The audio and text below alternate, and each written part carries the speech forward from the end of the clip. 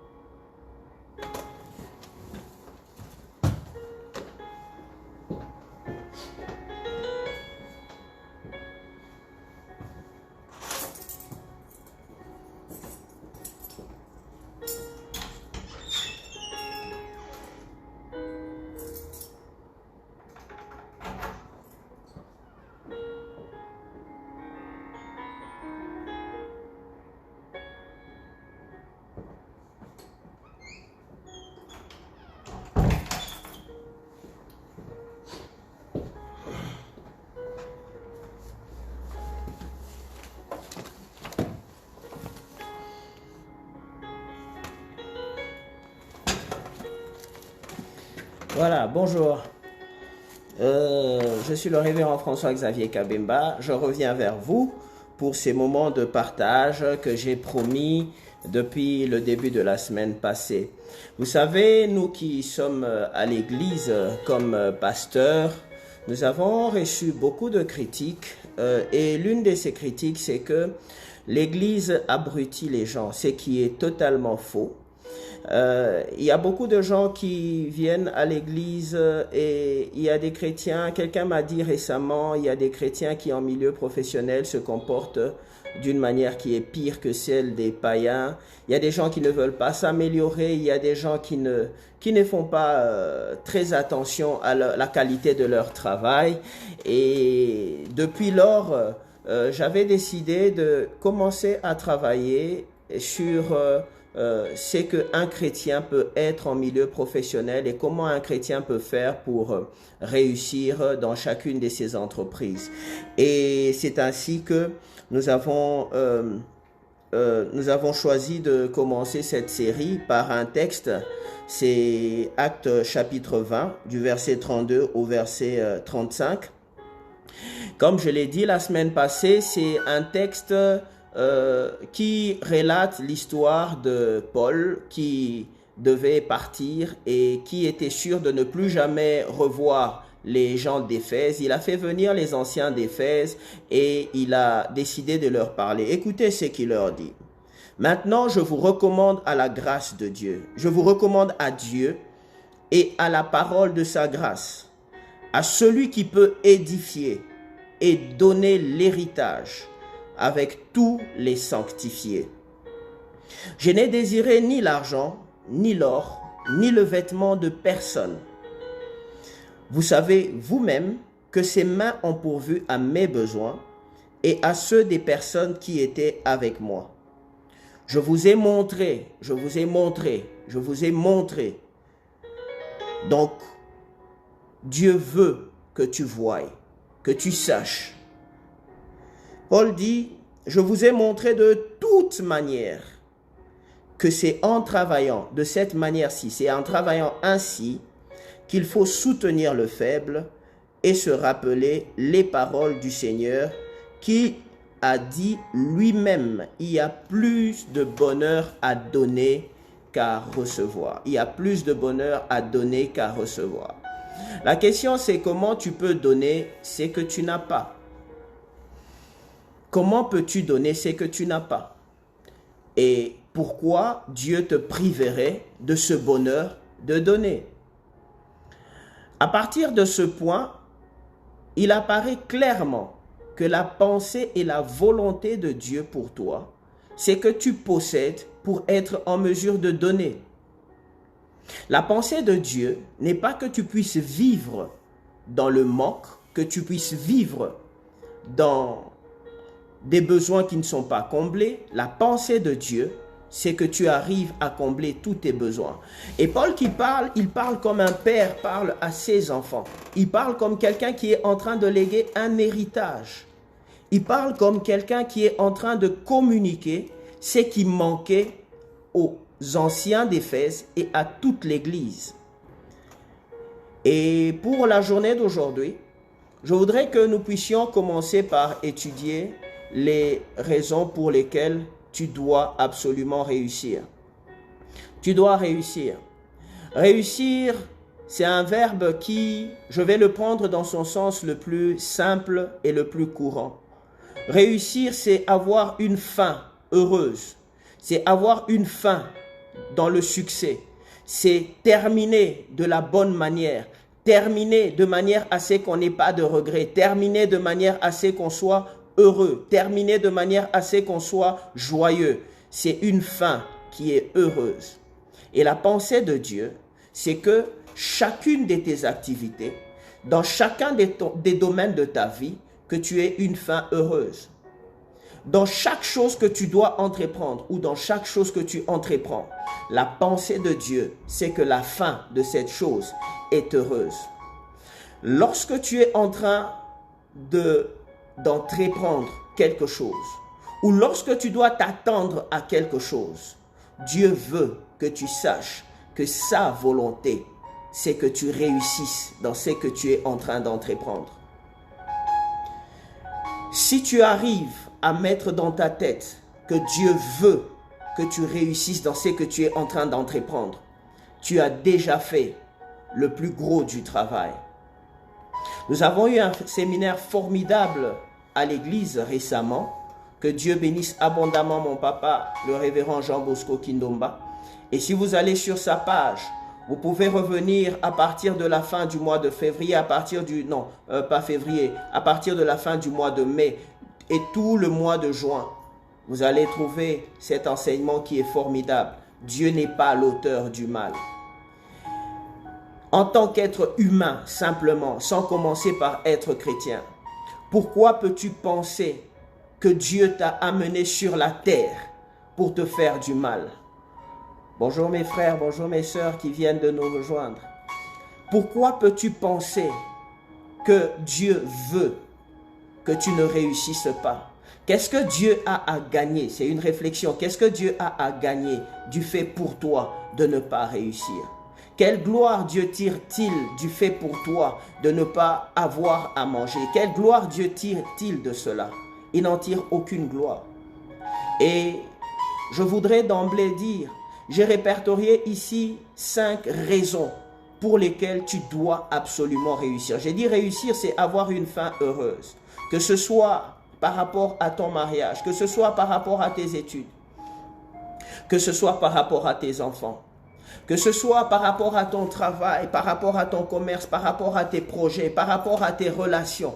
La pensée de Dieu, c'est que tu dois réussir. Et là, c'est la première raison pour laquelle tu dois réussir. Parce que Dieu, en te créant, pensait à un être humain à qui il a donné tout ce qu'il faut pour que cet homme, cet être humain, puisse réussir. La pensée de Dieu n'a jamais été que tu puisses échouer. Et la première raison pour laquelle tu dois réussir dans la vie, la première raison pour laquelle tu dois réussir dans tout ce que tu entreprends, c'est que c'est la volonté de Dieu. Que personne ne te fasse croire qu'il y a une raison quelconque pour laquelle Dieu voudrait que tu puisses échouer. Dieu veut que tu réussisses.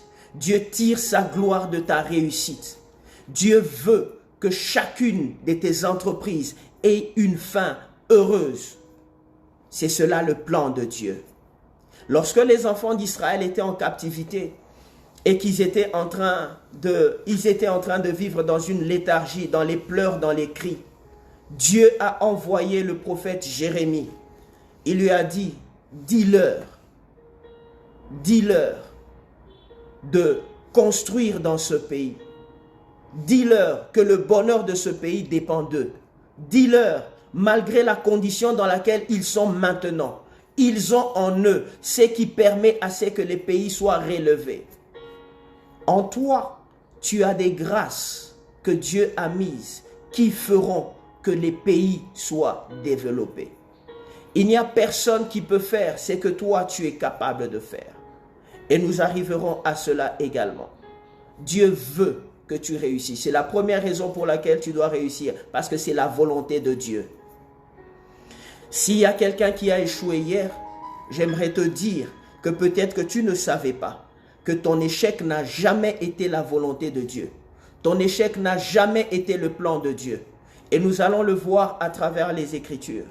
Ton échec ne te permet pas de vivre ce que Dieu t'a réservé. Paul dit ceci, et là nous sommes dans Acte 20. Nous avons commencé à partir du verset 32. Il dit, maintenant je vous recommande à Dieu et à la parole de sa grâce. Qui est ce Dieu à qui Paul te recommande? Il dit, ce Dieu-là, c'est celui qui peut, celui qui a le pouvoir d'édifier et de donner l'héritage.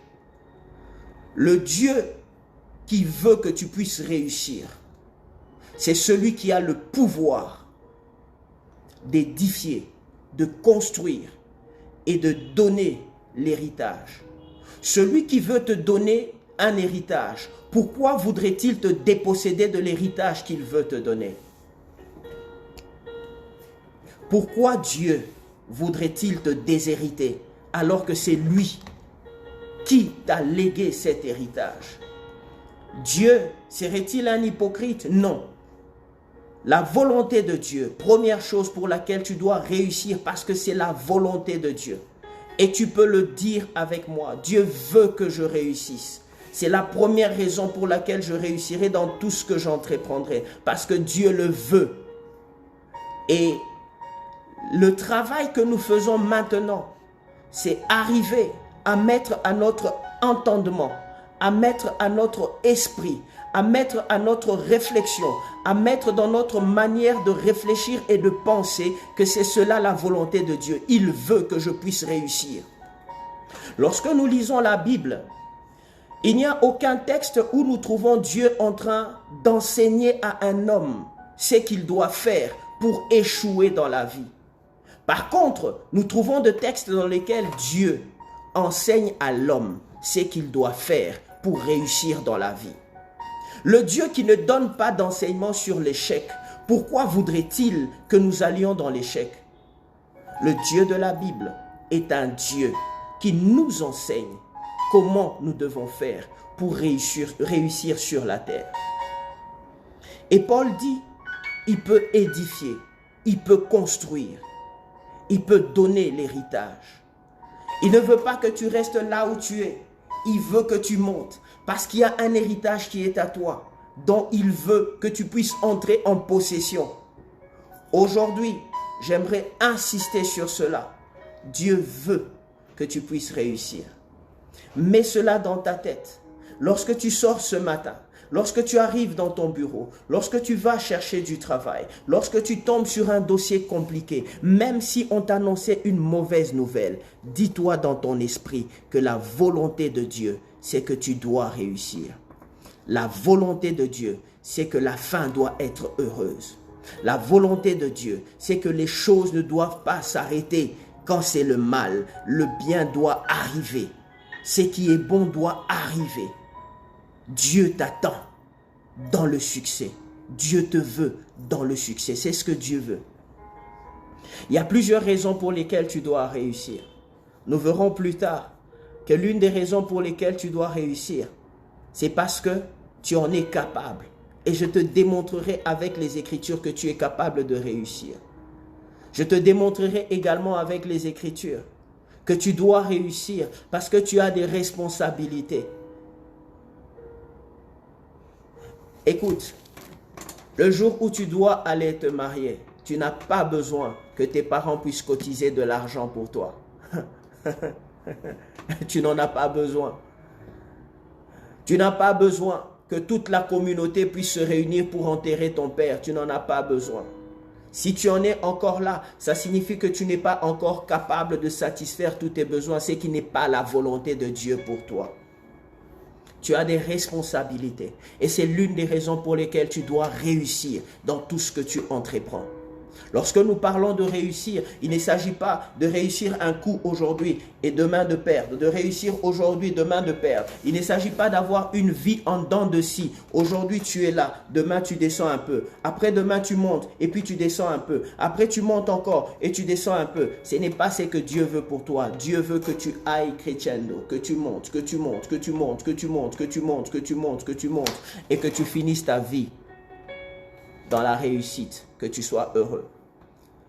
Et ce Dieu-là, qui ne donne pas d'enseignement sur comment faire pour échouer, mais qui donne plutôt des enseignements sur comment faire pour réussir. Et celui qui nous a également présenté des individus dans sa parole. Les gens qui se sont attachés à lui, qui ont marché avec lui, les gens qu'il a appelés. Et nous avons vu comment ces gens ont réussi parce qu'ils ont été avec Dieu. Il nous a donné ces modèles. Il nous a présenté ces gens. Il nous a indiqué comment ces gens ont fait. Avec lui, ils ont réussi. Je ne vois pas pourquoi toi, tu échouerais avec le même Dieu. Dis-toi aujourd'hui que la volonté de Dieu, c'est que tu réussisses. C'est cela la pensée de Dieu. C'est cela la volonté de Dieu pour toi. Tu dois réussir. Pourquoi dois-tu réussir? Parce que c'est Dieu qui le veut. Et celui qui ne veut pas réussir marche contre la volonté de Dieu. Celui qui décide de réussir, c'est quelqu'un qui marche selon la volonté de Dieu. Romains 12, le deuxième verset est un verset que je vous laisse le choix de comprendre à votre manière. Mais je vais vous dire comment je le comprends. Ne vous conformez pas au siècle présent, mais soyez transformés par le renouvellement de l'intelligence, afin que vous discerniez quelle est la volonté de Dieu. Afin que vous discerniez quelle est la volonté de Dieu. Et il décrit les 3 caractéristiques de la volonté de Dieu. Il dit premièrement, ce qui est bon. Deuxièmement, agréable. Troisièmement, parfait. Quelle est la volonté de Dieu pour toi? C'est ce qui est bon. C'est ce qui est agréable. C'est ce qui est parfait. Est-ce que le chômage est bon pour toi? Non, ce n'est pas la volonté de Dieu. Est-ce que la maladie est bonne pour toi? Non, ce n'est pas la volonté de Dieu. Tout ce qui n'est pas bon pour toi n'est pas la volonté de Dieu. Ça ne doit pas seulement être bon, ça doit aussi être agréable. La maladie n'est pas la volonté de Dieu, même si tu as les moyens de te faire soigner. Parce que la maladie n'est pas agréable. À partir du moment où elle n'est pas agréable, elle n'est pas la volonté de Dieu pour toi. Et il n'y a rien de parfait dans la maladie. Et Paul dit, ne vous conformez pas au siècle présent.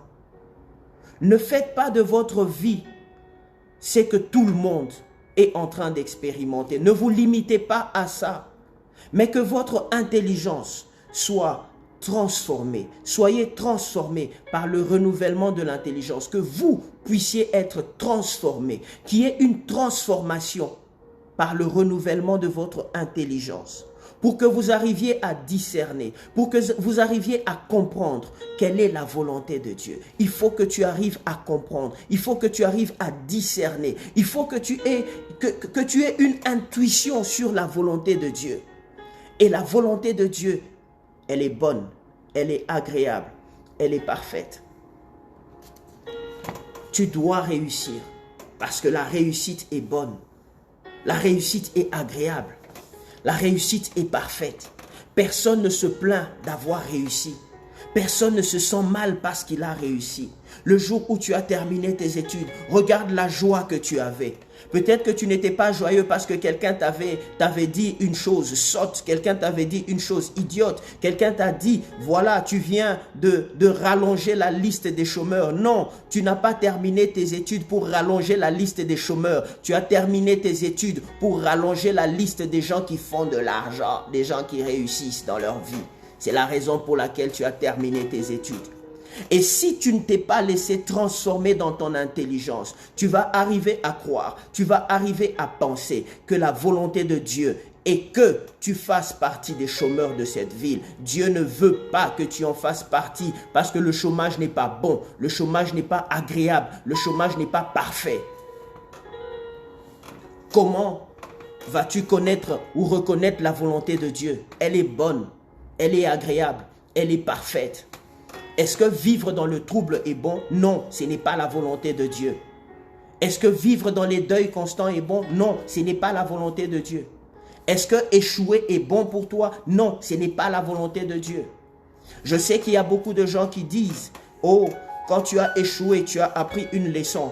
Non, il y a des échecs qui te clouent vraiment, vraiment, et tu as du mal à te relever, même dans le plus profond de tes sentiments. Tu as une honte, tu te sens mal. Il y a des échecs tels que ceux-là. Paul dit, je n'ai désiré les biens de personne, ni l'argent, ni l'or de personne. Je n'ai désiré les biens des personnes. Parce que mes mains ont pourvu à tous mes besoins. Ce papa qui a vendu sa fille pour avoir un peu d'argent pour manger, cette maman qui a envoyé sa fille se prostituer pour avoir de l'argent pour manger, c'est la conséquence de son échec. C'est quelqu'un qui a échoué dans la vie. C'est pourquoi j'ai dit, tu dois réussir parce que tu as des responsabilités. Tu as des responsabilités. On te donne des conditions auxquelles tu ne peux pas tenir parce que tu es sacrifié, mais Dieu ne veut pas ça. Dieu veut que tu réussisses. Et tu peux le répéter avec moi. Dieu veut que je réussisse. C'est la volonté de Dieu. Et je réussirai parce que c'est ce que Dieu veut pour moi. Et il n'y a rien qui peut changer cela. Dieu ne nous a pas donné des modèles d'échecs à copier. Mais Dieu nous a donné des modèles de succès, des modèles de réussite à copier. Et lorsque nous lisons la parole de Dieu, nous voyons que Christ a accompli une œuvre formidable pour nous. La Bible dit qu'il nous a rachetés. Il nous a rachetés de la loi, du péché et de la mort. Il nous a rachetés de toute forme de condamnation. Et maintenant même, il n'y a plus aucune condamnation pour ceux qui sont en Jésus. Il n'y a aucune malédiction qui ne peut tenir sur nos vies. Parce que c'était la volonté de Dieu depuis le départ. Dieu veut que tu puisses réussir. Nous parlerons de plusieurs raisons pour lesquelles tu dois réussir. Mais la première de ces raisons, et ça doit être clair dans ta tête, Dieu le veut. C'est la volonté parfaite de Dieu pour ma vie. Dieu veut que je puisse réussir. Mon frère, Dieu veut que tu puisses réussir. Ma soeur, Dieu veut que tu puisses réussir. C'est ce qu'il veut. Et il attend à ce que tu puisses collaborer avec sa volonté. Il y a quelqu'un qui me disait une fois, il faut apprendre aux enfants aussi qu'ils peuvent manquer. Je lui ai dit, pourquoi apprendre aux enfants qu'il faut manquer?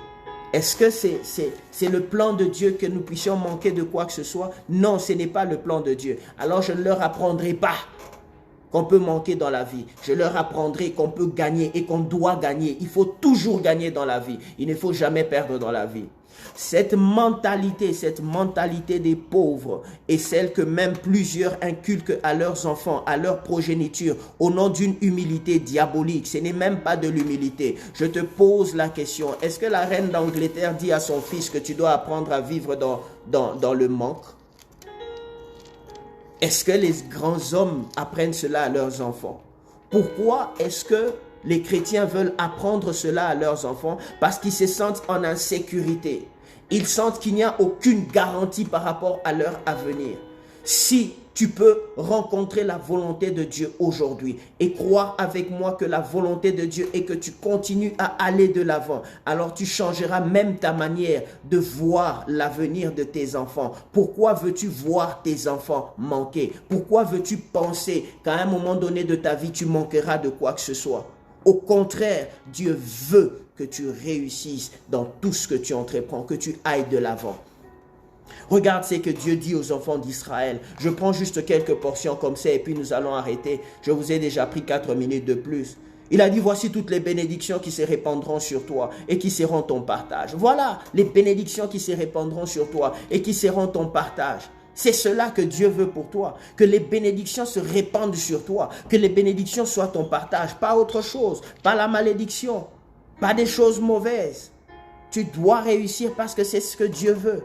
Il dit le fruit de tes entrailles sera béni, le fruit de ton sol béni, le fruit de tes troupeaux, les portées de ton grand et de ton menu bétail. Il dit toutes ces choses seront bénies, toutes ces choses seront bénies. Toutes ces choses seront bénies. Bien-aimé, tu n'as pas été appelé par Dieu. Et Dieu pensait dans sa tête que toi, tu dois échouer. Non, tu ne peux pas échouer. À partir d'aujourd'hui, décide de ne plus jamais échouer. Décide déjà cela dans ta tête. Mets dans ton esprit que tu ne peux pas échouer. Parce que l'échec ne peut même pas être mentionné devant toi. L'échec ne peut pas être ton partage. L'échec n'est pas pour toi. L'échec, c'est pour les gens qui ne savent pas que Dieu veut qu'ils puissent réussir. Mais toi, tu réussiras dans chacune de tes entreprises parce que tu sais que c'est ce que Dieu veut. Regarde ce qu'il veut pour toi. Toutes ces choses seront bénies. Je prends juste quelques éléments comme ça dans Deutéronome 28 et puis nous allons arrêter. Tous les peuples verront que tu es appelé du nom de l'Éternel et ils te craindront. Pourquoi toi tu dois craindre? C'est eux qui doivent craindre parce que tu es appelé du nom de l'Éternel et tu dois réussir. David tout petit, et nous verrons cela. Oh, nous verrons beaucoup de choses, nous verrons beaucoup de choses, nous verrons beaucoup de choses. Vous savez, pour arriver à vivre dans le succès jusqu'à la fin de sa vie, il y a un certain nombre de choses que l'on peut faire. Et la Bible nous donne des enseignements là-dessus. Beaucoup de gens parlent de Daniel aujourd'hui, mais il y a quelque chose que Daniel a fait dans sa vie que très peu de gens connaissent. C'est juste une parenthèse parce que nous en parlerons en long et à large. Daniel, très tôt dans sa vie, a décidé d'avoir des amis. Il a fait d'un certain nombre de gens des amis. Et l'élévation de Dieu, si tu veux qu'elle traîne, qu'elle reste longtemps dans ta vie, il y a des gens que tu dois mettre autour de toi, qui doivent être comme une ceinture autour de toi, parce que l'élévation, elle va comme un triangle. Et beaucoup de gens parlent de Daniel qui a interprété le rêve du roi. Et très peu de gens savent que pour que Daniel arrive à interpréter le rêve du roi, il fallait qui ait les 3 compagnons de Daniel avec lui. Sans les 3 compagnons de Daniel, il aurait été difficile à Daniel de réussir. Et nous allons le voir. Celui qui veut aller très loin, il a un certain nombre d'amis qu'il traîne avec lui. Même Jésus l'a fait. Même Jésus l'a fait. Et nous allons voir qu'il y a beaucoup de gens qui l'ont fait dans la Bible. Et c'est la raison pour laquelle leur succès a été permanent. Aujourd'hui, je suis venu t'appeler pour un succès permanent. Pas pour un succès qui va s'éteindre, mais pour un succès qui va rester toute ta vie. Et les 8 semaines durant lesquelles nous allons partager ces moments sont 8 semaines qui sont décisives. Durant ces 8 semaines, tu prendras quelque chose de puissant pour ta vie. Et je suis sûr que pendant que nous serons en train d'évoluer, il y a quelque chose qui va se passer dans ta vie. Et jusqu'à la fin, il y a des paroles que tu n'oublieras jamais parce que ces paroles vont te forger une vie de succès. Je sais qu'il y a des gens qui vont critiquer. Je sais qu'il y a des gens qui vont parler. Moi, je vais faire parler la parole de Dieu. Et la parole de Dieu, personne ne peut y résister. La Bible dit, il n'y a pas d'arme contre la vérité. Ce matin, j'aimerais terminer en te disant, il n'y a pas d'arme contre la vérité. Deutéronome 28, 11. L'Éternel te comblera de bien en multipliant le fruit de tes entrailles, le fruit de tes troupeaux, le fruit de ton sol, dans le pays que l'Éternel a juré à tes pères de te donner. Tu es béni de Dieu. C'est pourquoi tu entends ma voix. Je te donne rendez-vous le mardi prochain, 7h30, heure de Kinshasa. Dieu veut que tu réussisses. Et c'est la première raison pour laquelle tu réussiras. Dis avec moi, Dieu veut que je réussisse et je réussirai. Dieu veut que je réussisse et je réussirai. Dieu veut que je réussisse et je réussirai. C'était le révérend François-Xavier Kabemba qui vous parlait à partir de Kinshasa. Nous nous rencontrons, nous nous retrouvons la semaine prochaine. Excellente semaine. Va et réussis dans tout ce que tu entreprends. Je vous aime.